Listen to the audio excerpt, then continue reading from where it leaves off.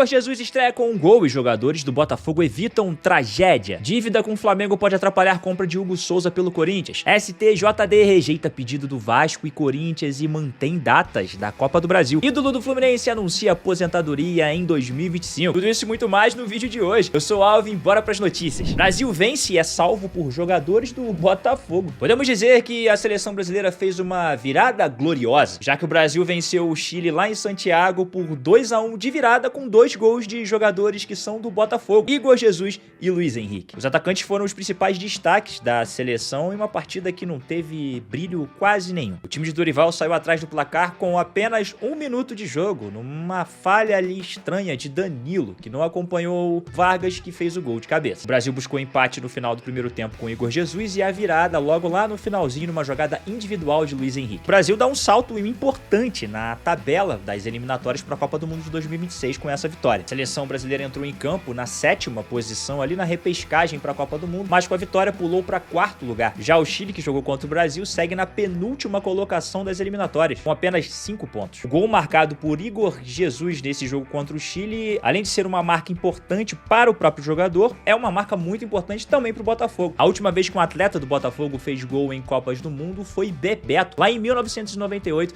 nas quartas de final da Copa do Mundo da França, que o Brasil venceu o jogo por 3-2 contra a Dinamarca. O Brasil volta em campo na próxima terça-feira contra o Peru, às 9h45 da noite. Dívida com o Flamengo pode atrapalhar a compra de Hugo Souza pelo Corinthians. O Corinthians comprou o Mateuzinho no início da temporada e parcelou a compra, mas o clube segue com essa dívida com o Flamengo com relação ao lateral. Essa dívida que o clube paulista tem com o clube carioca pode atrapalhar a compra de Hugo Souza. Do lado corintiano, todo mundo afirma que o negócio está 100% certo. Como já está previsto em contrato, o Corinthians afirmou que vai comprar 50% dos direitos do goleiro, pagar 800 mil euros, aproximadamente 4 milhões e 800 mil reais. Mas, devido a esse atraso no pagamento de Mateuzinho, a diretoria do Flamengo se irritou e não quer se desfazer de Hugo Souza sem ter uma garantia de que vai receber o dinheiro. Agora, a diretoria do Flamengo tem outra ideia para poder fazer a venda ao Corinthians. Pagamento à vista, para evitar suposto calote. Vale lembrar que o atraso no pagamento das parcelas de Mateuzinho deve aumentar o valor da venda. O Flamengo vendeu o lateral para o Corinthians por aproximadamente 21 milhões de reais. E esse valor deve subir devido aos juros estipulados no contrato. No caso de Hugo, caso o Flamengo não aceite os fiadores que o Corinthians quer apresentar para poder parcelar a compra do goleiro, o Corinthians vai ser obrigado a pagar à vista os 800 mil euros ao clube carioca. Caso do não pagamento dentro do prazo, o goleiro vai voltar para a Gávea. STJD rejeita pedido de Vasco e Corinthians e mantém datas da Copa do Brasil. O STJD julgou nessa sexta-feira os pedidos de Vasco da Gama e Corinthians por causa da data da Copa do Brasil que foi modificada pela CBF. Tanto Vasco quanto o Corinthians são contra o adiamento da primeira data das semifinais. O STJD rejeitou o pedido dos clubes e manteve a data. As votações foram unânimes, 9-0. A CBF enviou mais de 10 páginas ao STJD explicando o porquê da mudança e da inversão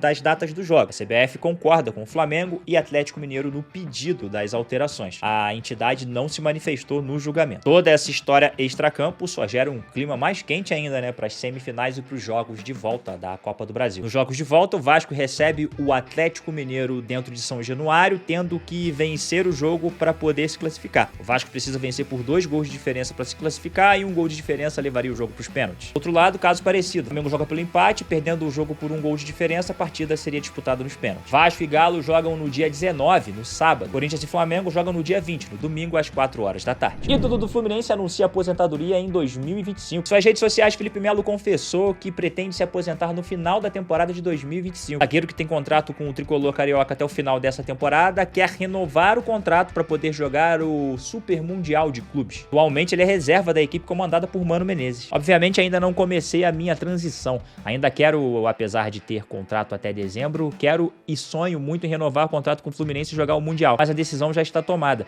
de parar de jogar bola no final do ano que vem. Vamos ver o que eu vou fazer de imediato, mas sim, eu vou me tornar um treinador de futebol, disse Felipe Melo. Titular absoluto na campanha da vitória da Libertadores de 2023, Felipe Melo exerce uma função muito importante dentro do elenco, que é aquela função de liderança. O próximo compromisso do Fluminense é contra o Flamengo, na próxima quinta-feira. Mike se recupera de lesão e pode ficar à disposição de Abel. O Palmeiras finalmente terá à sua disposição os seus 3 laterais direitos na próxima partida contra o Juventude. Nessa quinta-feira, Mike participou de todas as atividades dentro de campo nos treinos sem restrição nenhuma e vai estar disponível para a próxima partida do Palmeiras. Ele não atua desde final de agosto, na vitória do Palmeiras sobre o Cuiabá. Bruno Rodrigues e Piquerez foram os únicos atletas que não participaram das atividades do Palmeiras nessa quinta-feira. Os dois jogadores ainda se recuperam de cirurgias no joelho. O time tenta colar novamente no líder Botafogo, que conseguiu abrir 3 pontos de vantagem na última rodada. O atacante mais caro do Corinthians completa 6 meses sem marcar. Na última quarta-feira, Pedro Raul completou exatos 6 meses de seca no Corinthians. A última vez que Pedro Raul marcou com a camisa do Corinthians foi no dia 9 de abril, quando o clube meteu uma goleada de 4-0 para cima do Nacional do Paraguai. Tendo a contratação mais cara do setor na temporada, Pedro Raul vive uma fase péssima com a camisa do Timão. Além desse tempo sem marcar, Pedro Raul não atua há 6 jogos com a camisa do time. A questão é que não existe nenhuma lesão e nem nenhum impedimento burocrático. Ele não vem sendo relacionado mesmo por escolha do técnico Ramon Dias. A última vez que Pedro Raul entrou em campo foi há um mês atrás no confronto contra o Botafogo, em que o Corinthians perdeu por 2-1. Aos 27 anos, ele foi contratado pelo Corinthians na início da temporada depois de uma passagem apagada pelo Toluca. Essa contratação mais cara do ataque de 2024 em termos de direitos econômicos. Foram gastos 5 milhões de dólares, aproximadamente 25 milhões de reais na cotação atual da moeda. Vasco estuda colocar grama sintética na reforma de São Januário. A reforma de São Januário ainda não começou, mas existe muito assunto sendo debatido pela diretoria.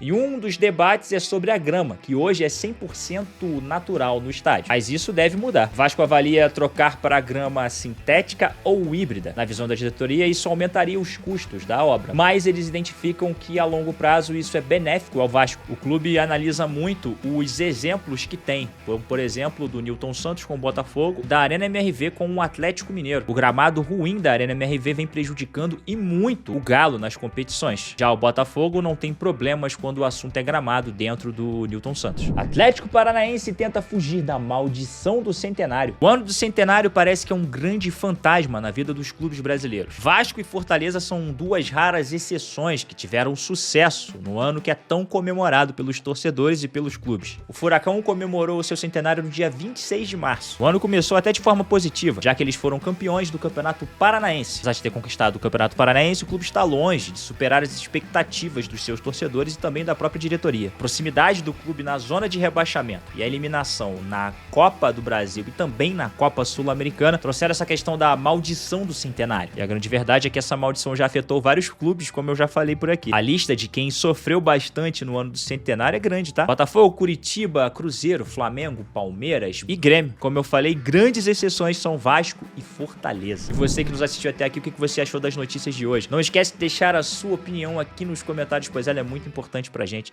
Meu nome é Alvin e até a próxima.